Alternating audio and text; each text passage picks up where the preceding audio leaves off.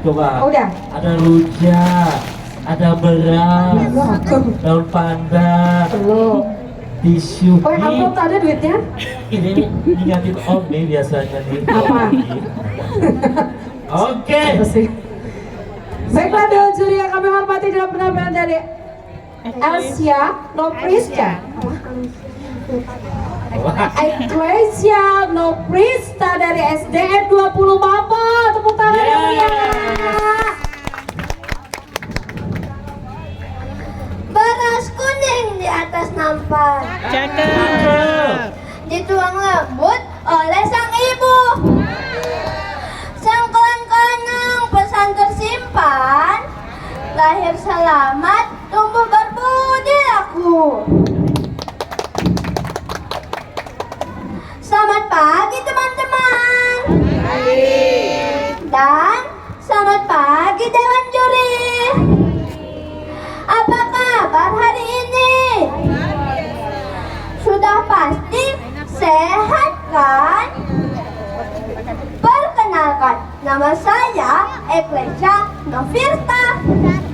Saya bersekolah di SDN 20 Mambo. Hari ini saya akan membawakan sebuah cerita yang berasal dari Kalimantan Barat, yaitu tepatnya di daerah Sintang yang berjudul Nuju Bulanan atau biasa disebut tradisi Sengkelan Kanong. Mari kita dengarkan bersama kisahnya. Semoga cerita ini dapat menghibur sekaligus memberi pelajaran berharga bagi kita semua. Terdapat tradisi pada masyarakat Melayu Sintang yang dilaksanakan secara turun-temurun. Satu di antaranya adalah Sengkelan Kanong. Sengkelan Kanong merupakan tradisi 7 bulanan. Tradisi tersebut dilaksanakan bagi pasangan suami istri yang telah menikah dan sedang dalam proses menyambut anak pertama. Pada usia kehamilan istri menginjak 7 bulan. Pelaksanaan Sengkelan merupakan tradisi wajib bagi suku Melayu Sintang. Dapat dilaksanakan secara sederhana. Tradisi ini melibatkan persiapan berbagai bahan dan pelaksanaan serangkaian prosesi seperti persiapan Sengkelan Kanong, syukuran, hingga pemberian tepung tawar yang bertujuan untuk memohon keselamatan dan keberkahan bagi ibu dan calon bayi. Sengkelan Kanong dilaksanakan harus menyiapkan alat dan bahan sesuai dengan ketentuan yang secara turun-temurun sudah dilakukan oleh nenek moyang masyarakat Melayu Sintang. Di antaranya yaitu papan canai, beras, kapas, kayu panjang, amplop, rujak sembari, tepung tawar, daun pandan, teko, telur ayam, rujak culet, air putih, dan beras kuning. Benda yang digunakan dalam prosesi Sengkelan Kanong sebagai berikut. Papan canai. Papan canai sebuah papan dengan panjang 2 meter sebagai alas untuk meletakkan beras, kapas, dan 7 kain panjang. Papan canai biasanya terbuat dari kayu tabalian. Beras. Beras untuk dihampar di atas papan canai. Kapas. Kapas yang digunakan sebanyak 2 bungkus sebagai penutup beras yang telah dihampar di atas papan canai. Dengan tujuan agar tidak berhamburan saat diduduki oleh pasangan suami istri saat proses sengkelan.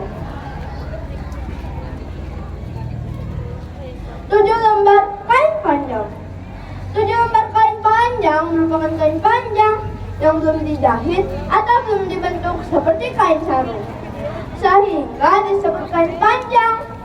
Ketujuh kain tersebut untuk menutupi papan canai, beras, dan kapas. Teko.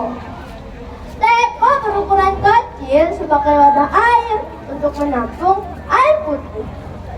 Tutup teko tersebut harus dibuka ketika doa sungkan kanong dibacakan. Hal tersebut dimaksudkan agar ketika doa tersebut masuk ke dalam air. Lalu air putih tersebut diminum oleh perempuan yang hamil dengan harapan menolak bala. Amplop. Amplop uang tersebut sarana sedekah untuk 7 orang yang terlibat dalam prosesnya. Sedekah yang dimaksud adalah sebagai ungkapan terima kasih dari pihak penyelenggara Sultan Kanong karena telah membantu selama proses.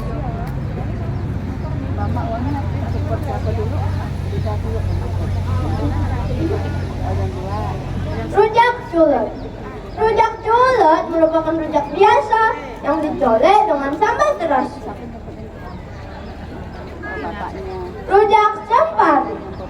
Rujak sempari merupakan rujak yang terdiri dari bahan buah kebal, abek, jamu bijang muda, dan gula merah yang ditumbuk halus.